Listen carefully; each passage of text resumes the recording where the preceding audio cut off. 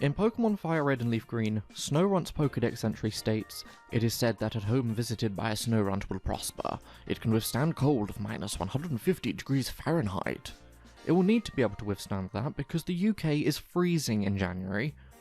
But today I'm going to see if I can beat Pokemon Ruby with only a Snorunt. Snorunt is a pure ice type with 50s across the board in base stats. Not ideal, but not horrible, putting its base stat total on par with base forms of pseudo-legendaries like Gibble and Beldum. That makes it sound better than it will be, but with a disadvantage against the first 4 gyms, it's going to be a wild ride. We don't have many types to work with our majority special based moveset, mainly just ice and normal type moves. The TMs aren't looking too great either. The only bit of coverage that we get is really Water Pulse, and we don't get that until after the 8th gym. The usual solo run rules are on screen and in the description. Also, happy 2023 everyone, new year, new me, or in my case, new year, one new upload. Look, I've been busy, I've got married, I've moved out, I'm gonna have a kid, I'm gonna become a dad. I'm a Pokemon father. Surely that's worth a like and subscribe on the video, right?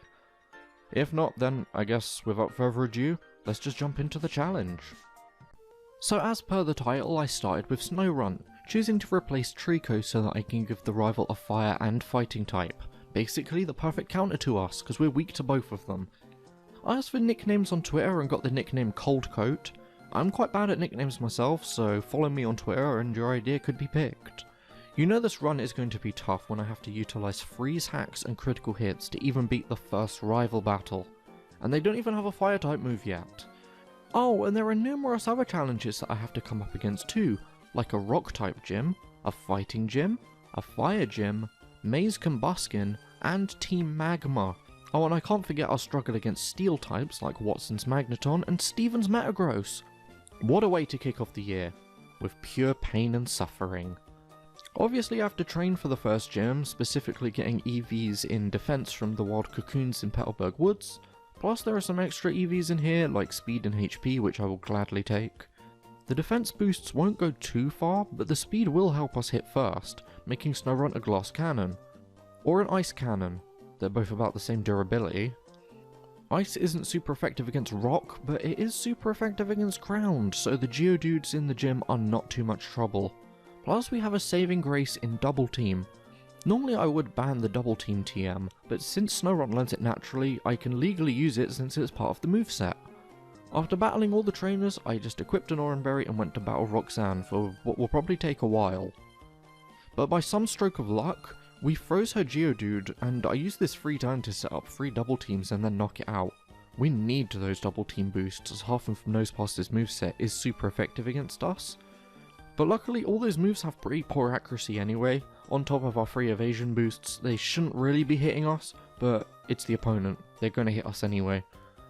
Nosepast is defensively strong, but we can still battle through with a mix of evasion hacks and freezing it. And somehow we beat the first gym on our first try. I'm not quite sure how we did this, but we've got a lot harder challenges ahead. If I had a choice, I would just skip Brawly and move on to Marville. But we have to fight the rival's Combuskin before we can actually do that. So it's either fight the fighting gym, or fight a firefighting type. I got Snorunt to level 19, which means it can at least send something neutrally effective in Headbutt. We're gonna probably need that because Brawly's Ace Makuhita has the ability Thick Fat, meaning it takes less damage from ice type moves. I can also pick up the Silk Scarf to boost normal type moves by 10%, which will at least give us a little boost on Headbutt. I battled all the trainers I could and went to fight the gym at level 23, and yeah, that went brilliantly. Headbutt doesn't seem to work too well because of Machop setting up Bolt Up boosts, meaning it gains more defense, and even after setting up 5 double teams, we just can't get past the battle. We had too much luck against Roxanne and it's coming back to bite us. Let's try the rival battle instead. And even in this battle, double team is just not viable at all, as shown by us by setting up 5 double teams and still getting hit multiple times by Combuskin. Eventually, with the power of critical hits and insane luck, we can actually get past the Combuskin and have access to further on the map to gain more levels. This means that we learnt Crunch on the way and got to level 32, and after going all the way back to Dooford Town, I can finally sweep Brawly, but that's because I'm extremely over leveled. Maybe that's how I'm going to have to beat this challenge, just level up past our problems. And despite just having a training session, I decided I would need a bit more levels before fighting Watson. But the main reason I wanted to level up here was west of Marville, we can get special attack EVs by brutally freezing the Oddish and Roselia population, learning Ice Beam during the massacre and hitting level 40. This probably would have been a lot better if I actually used the Macho Brace, which I did actually pick up, but I forgot it actually does stuff. That probably would have made this EV training stage a whole lot quicker. But I just equip a standard Cherry Berry onto Snorunt and hop right into the battle. Of course we can get past the Magnemite and Voltorb simply enough, but there was one thing that I thought would be really tricky, as it was his Magneton. I even set up 2 double teams to try and help us battle against it, but that wasn't really needed as we two-shot it. Yeah, I think I really did over-level quite a bit, but I got the badge, and now I feel a bit better about going into the Fire-type trainers coming up. On the way to Meteor Falls, I battled against some Wild Spinder to get some remaining special attack EVs. As I said, if I actually remembered the Macho Brace exists, then this would have been a lot easier. Getting the extra special attack boosts will make the next 2 bosses a bit more manageable with Crunch, as it is special based in Gen 3. Maxie doesn't worry me as much as Flannery does, as he only has a camera up that can do any actual damage to us, but even then, Ice Beam is neutral against it since it's part ground type, meaning we can move right onto Flannery. And even despite being extremely overleveled, we can't give her a chance to attack at all. Made easier since our first 2 Pokemon are crappy Slugmas and we can set up double teams against them. But Torkoal is the true bringer of pain in this battle. We land a Crunch and it looks as if it's going to be a free shot since we do just under half. Torkoal uses its stunning good looks to attract Snorunt, which obviously makes sense because me and Torkoal are both bald, and being bald is very attractive. Torkoal then hits a full power overheat and it looks like it's gonna be the end for Snorunt. Or is it? Snorunt survives on 3 HP, but we can't do this. It's gonna be a free shot. Oh, yeah we can. Snorunt lands a high damage roll with a Crunch on Torkoal battling through the attraction. Torkoal realizes that being bald isn't a very good matchup against the cold. I could make a pun here like the Torkoal got frostbite, or we battled through the attraction and that was a love bite. Those are both really bad jokes and I won the badge anyway. So that is immediately the hardest section of this game out of the way, and we have a few easier battles on the horizon. Thank goodness. After that gym we jump right into the Norman battle, and I would have probably liked to get Protect back on our moveset so we can bake Slacking's truant turns, but I didn't teach it at level 25. Even though I do have a heart scale and could get it back, you'll soon see that I never needed it.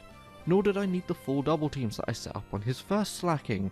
Those special attack EVs are decimating this game, as we destroy all of Norman's team with Ice Beam. I don't know if Norman was going easy on us for leaving us to explore the region on our own, or if Snorunt is really goated. I didn't really battle anyone from here to the next gym apart from the battles in the Weather Institute against Team Magma, and the rival battle with May in the pouring rain. An Ice type versus a Flying type gym. Yeah, I'm pretty sure you can see how this goes in the background. Well, I'm just gonna say follow my Twitter. I like to post updates on the channel there, and complain about sports that no one watching will ever care about. But follow my Twitter anyway, because number go up and make happy. Oh, and our hidden power type is Bug. I didn't bring it up because it sucks. The double battle in Moss Deep is also going to suck, since it's a 2v1 with our useless utility Wingull who will just use Mist. The first battle didn't go very well, and neither did the following battles after that. Lunatone has a really high special defense, and Solrock has Flamethrower, which really isn't good for us. Even equipping the black glasses for a 10% boost on Crunch didn't do much for us at all. I got Snorunt to level 55 with rare candies, and only won the battle due to some poor AI on their end, as they just spammed moves that do no damage at all, and spammed Hyper Potions. Lots and lots of Hyper Potions. Yeah, I think that's more than they can carry. There was about 18 used, so I wasn't counting. I can't count. I can't count. Eventually we do take out the Solrock, but it takes a wee bit longer than expected, and we can move on to the final gym. Now I'm sure you've watched all my other Gen 3 videos and subscribed to the channel so you never miss an upload, because this is where the Evil Team storyline ends after beating Maxie and then running away from Groudon because I'm not fighting this guy with an Ice type. What I did do was battle all of the trainers in the gym. I was weighing up my options for the Elite Four after this for my final moveset, looking at the likes of Shadow Ball and realising it's physical in Gen 3, so I immediately ignored it. And the only other special move we learn is Water Pulse, but we don't get that until after this gym. Headbutt hasn't been really that good for us for a long time. Maybe I need some levels too before battling the gym, because it really isn't going very well. I can set up double teams against Love Disc, but it will always confuse us and make us faint with said confusion because the AI has a 101% chance of getting good luck against us. This run at level 62 was going really well as we get a freeze on his Whiskash, which allows us to set up some double teams, but Seeking, the most unassuming Pokemon ever, which always manages to cause me issues, confuses us without fail, and basically gives Milotic the easiest task ever since it's so bulky. But I had a plan to take out this bulky monster, and what is that plan? Getting the TM for Toxic in the Fiery Path. Who would have thought a Fiery Path would help us beat a Water type trainer with an Ice type? But even as we get more levels, taking Snorunt to level 65 now, it's still quite the task getting past this gym. Love Disc is a real pain with Confusion and Attract. Whiskash has decent enough special defense, which helps it survive a neutral Ice Beam, but we use some time to set up a few double teams. Not the best idea since it's landed some strong earthquakes, but thankfully I gave it a citrus berry and it helped us get past the Celio and Seeking with a bit more HP. But Seeking was only because we got a special defense drop on it. It probably would have been a lot tougher. But now for my master plan. Toxic the Milotic and set up my final double teams. Milotic keeps using Recover to annoy us along with Wallace using Hyper Potions, but toxic damage keeps building up turn after turn, and that will eventually take it out, no matter how much it heals. Unless he used a full restore, which would be quite bad. But he didn't, he doesn't have those. So we can actually defeat the Milotic and get the final badge.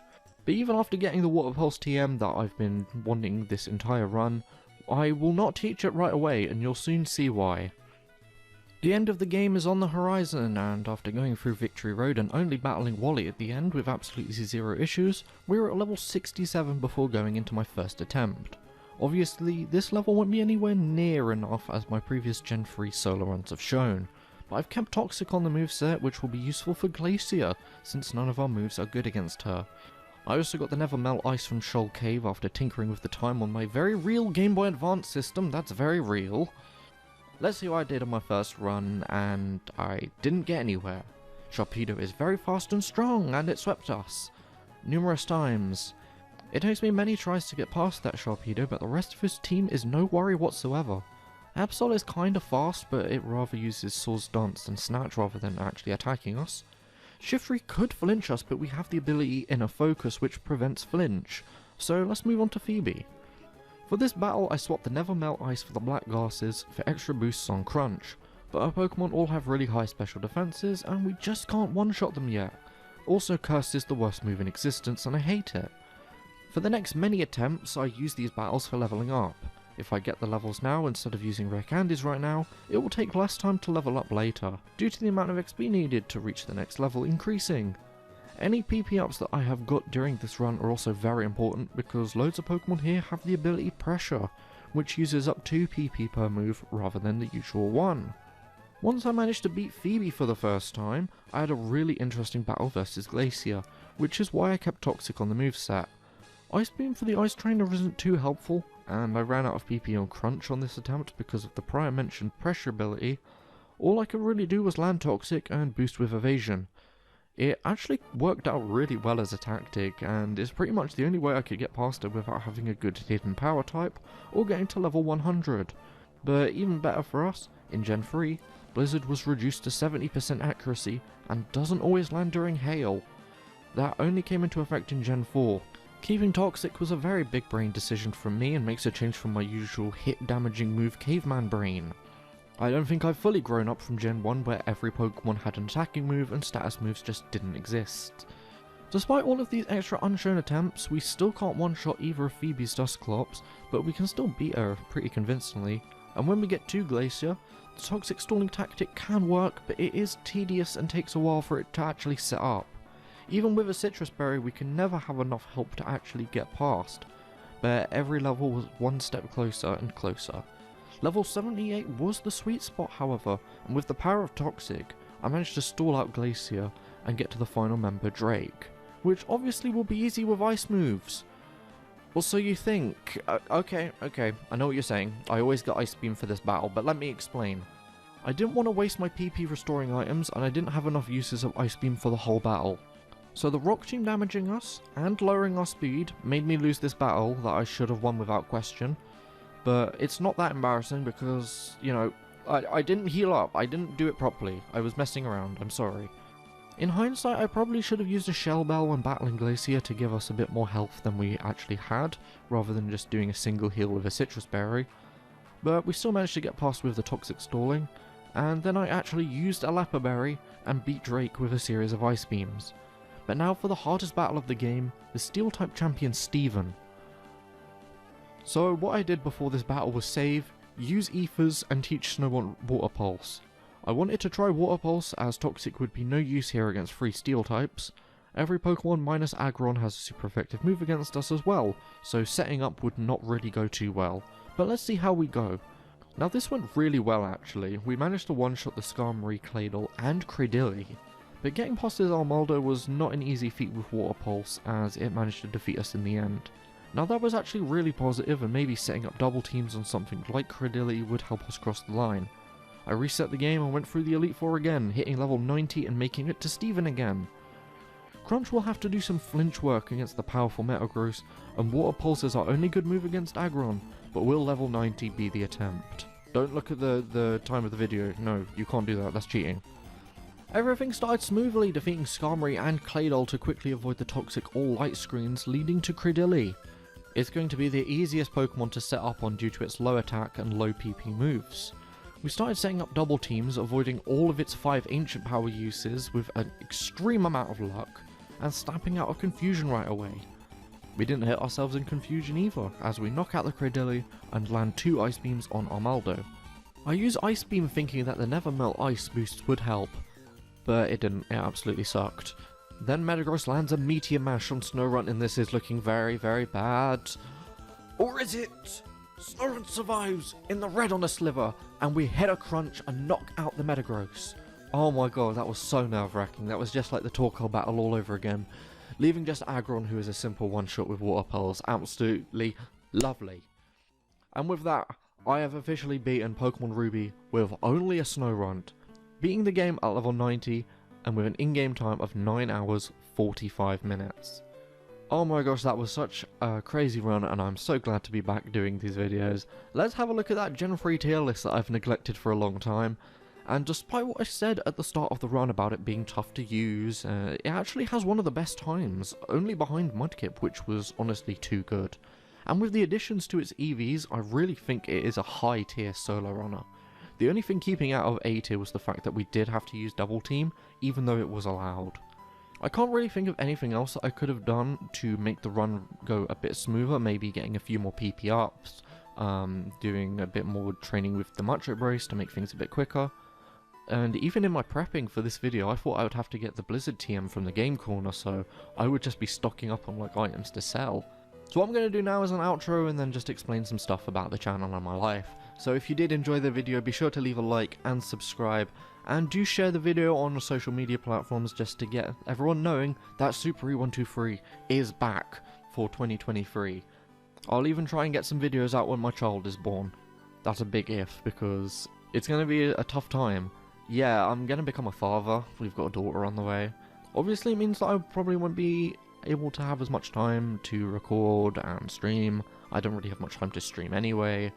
But yeah, that's all my life updates. I hope everything is alright with you guys. I haven't really been that vocal on the channel, and I'm looking forward to all your nice comments and stuff and how you've all been over the years. And yeah, I hope your 2023 is absolutely fantastic. And I will see you all in my next Pokemon challenge, which is going to be a good one. It's going to be tough. And I'm almost finished with it. It's so good. It is such a tough challenge. Anyway, my name is Super123 and I will see you all next time.